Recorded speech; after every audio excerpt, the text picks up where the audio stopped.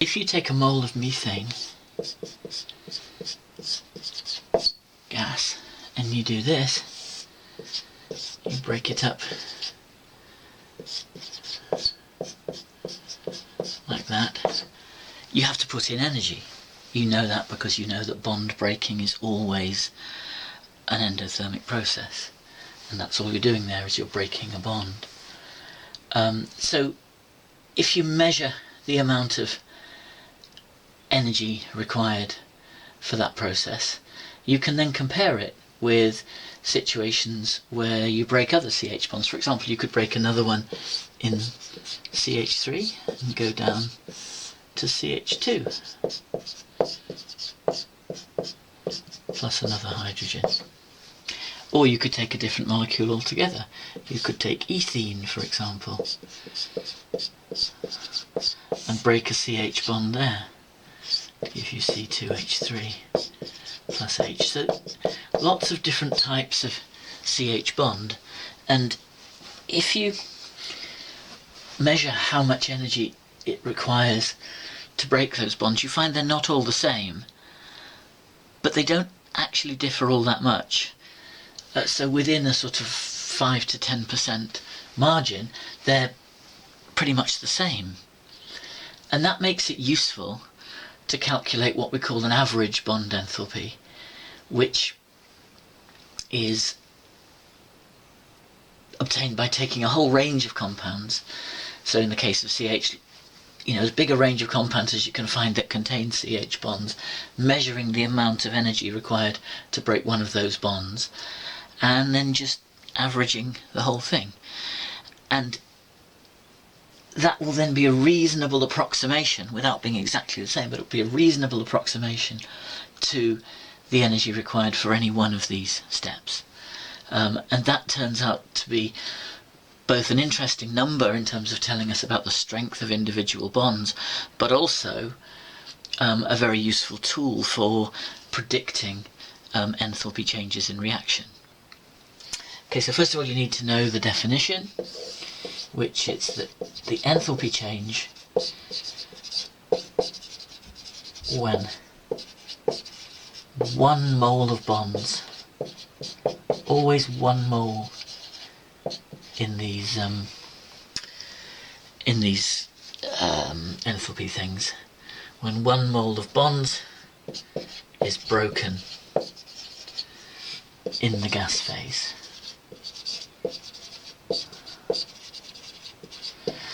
Okay, so that's an important definition, and the details matter. So it's got to be 1 mole, and it's got to be when they're broken. Obviously that's just a choice. You could define it either way. We could have defined it in terms of the reverse reaction of making bonds, but it's actually defined in terms of breaking them, and therefore it's always a positive number endothermic, because bond breaking is always endothermic. And in the gas phase, that's important because if any of these substances were a liquid or a solid, then when you broke that covalent bond, it would have knock-on effects on the intermolecular forces. And therefore the enthalpy change wouldn't solely be a measure of the covalent bond strength, it would also be related to the disruption of the intermolecular forces that followed from that. And that would make it vary much more between different compounds, and it would make it much more difficult to, compare the enthalpies of one type of bond with another and know what you're really talking about.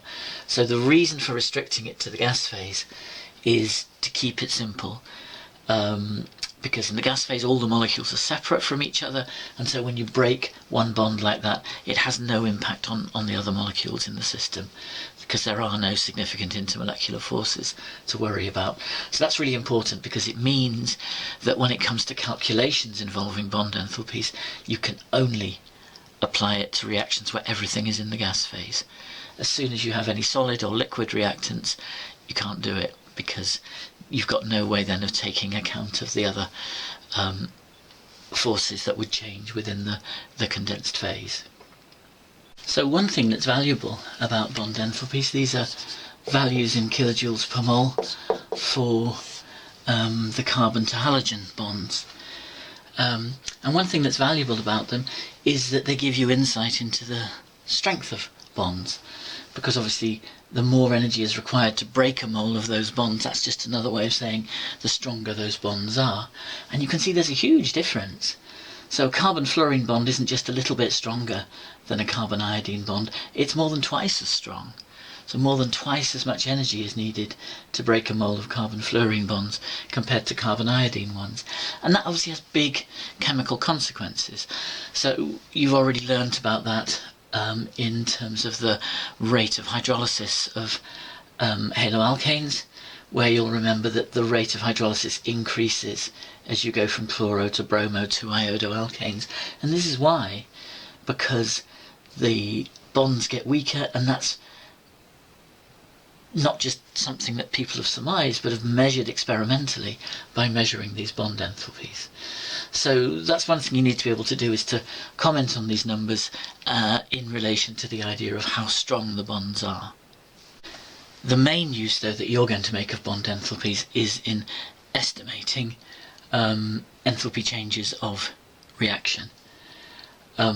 So here's an example of a reaction, and the first thing is that you need to remember that you can only use this method if all of these reactants are gases. Okay, but so long as they are, then this is a valid way of not calculating exactly, because remember we're going to use average bond enthalpies, not ones that are precise for these compounds, but we can estimate delta H for the reaction. And when you do that, what you need to know is exactly what set of bonds you've got on each side of the equation, and the best way to be confident about that is to draw out a displayed formula. Sometimes people just do it in their heads and it leads to a lot of trivial mistakes. So even for quite simple reactions like this one, I would strongly suggest rewriting that equation with a displayed formula, so that you can see exactly what set of bonds you've got on each side of the equation. Okay, so that's ethene and HCl, and chloroethane is going to look like this.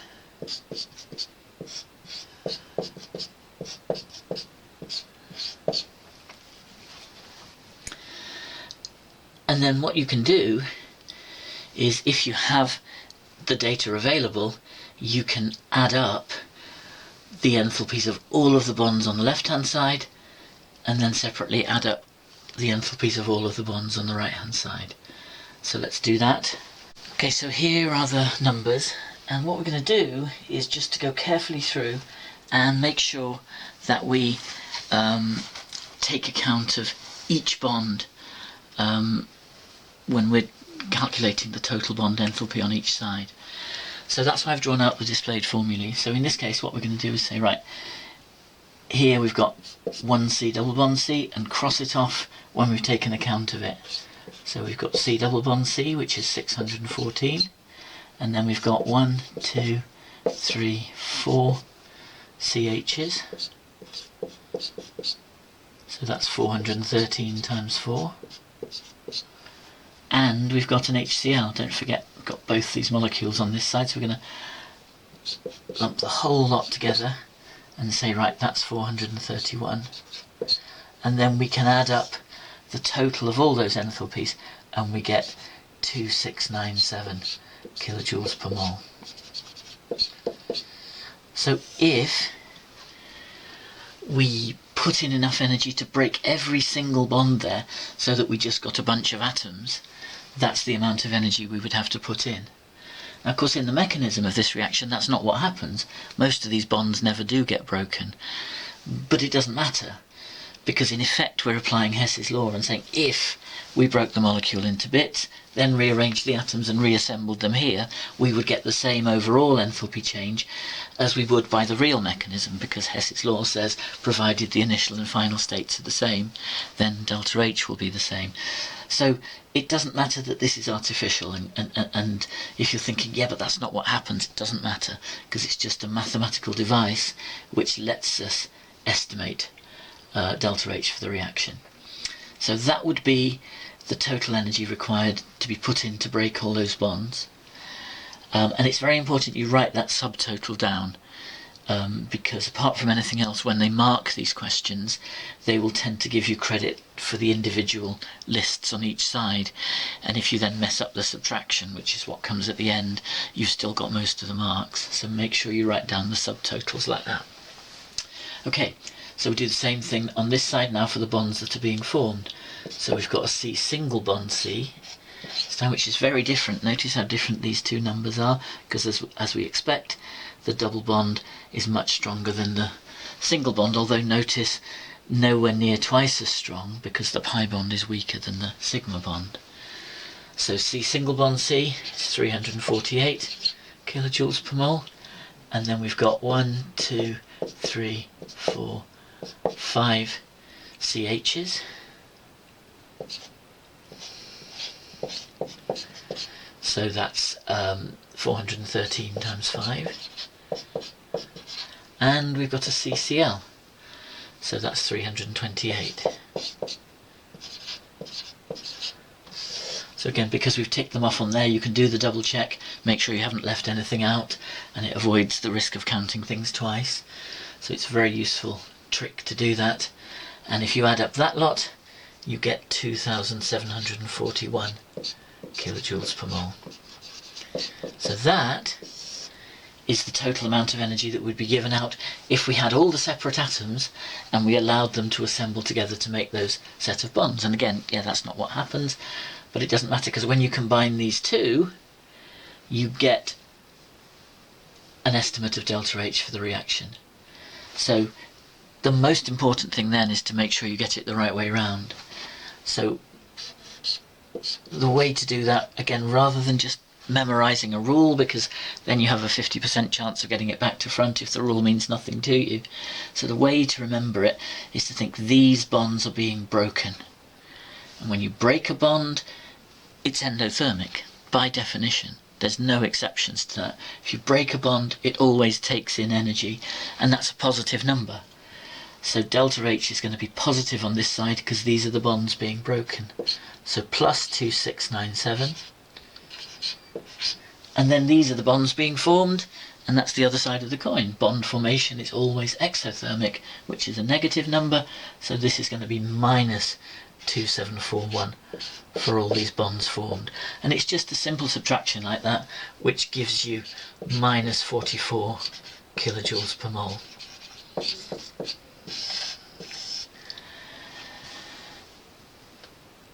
It's really important to emphasize that that's only an estimate. Hess's law is different. When you apply Hess's law in the examples we did earlier on, that's an exact way of calculating bond enthalpies. This one is not, because the only one of these numbers that's exactly true is this one, because HCl only exists in the molecule HCl, so that's not an average, but all the rest of these are. They would have slightly different values in different compounds, and so because they're averages, they won't be exactly correct for these particular compounds. And that's a question they often ask you: why does this number not come out to be exactly what you would expect? But that's the answer, because these are average values computed from a range of different compounds, so they won't be exactly correct for these ones. But they're good enough. The range of variation is small enough that it still gives you a reasonable idea of what the delta H of reaction is going to be. So remember the limitations, the fact that it's an average, and also the fact that you can only apply it so long as things are only are in the gas phase. But so long as you remember that, then these are useful calculations.